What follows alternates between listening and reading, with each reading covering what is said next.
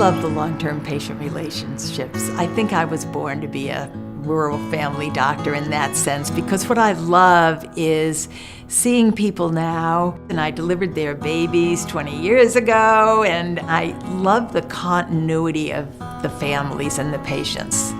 When I took this job, my first word was, oh God, I'm gonna live and work in the same small town. And I thought, oh, people are gonna know where I live, and they're gonna know, they're gonna see me out and about. I'm gonna have to go to a different grocery store.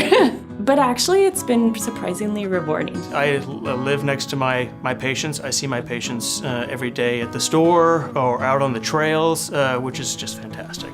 I love the small feel of this place, and I love that even though it is small, you're still able to grow. You're working with professionals, you're working with people who really know what they're doing, and they love what they do. There isn't a typical day. I mean, everything can happen, everything from major logging trauma to heart attacks to depression counseling and the whole gamut. That's the fun part about being out in the sticks, is anything can happen on any day and any moment, and it's very exciting that way. You're it. You've got to deal with a baby that's not coming out the way that you want them to, or with somebody that's bleeding and you don't have their blood type, and there is nothing else out there but you, and why you have to be there. Depends on why you go into healthcare, but if you went in there to gain skills in order to contribute to a community, those skills that are needed, then you should be in a small town. Every day is a new adventure. Every day is challenges, and every day is our opportunities.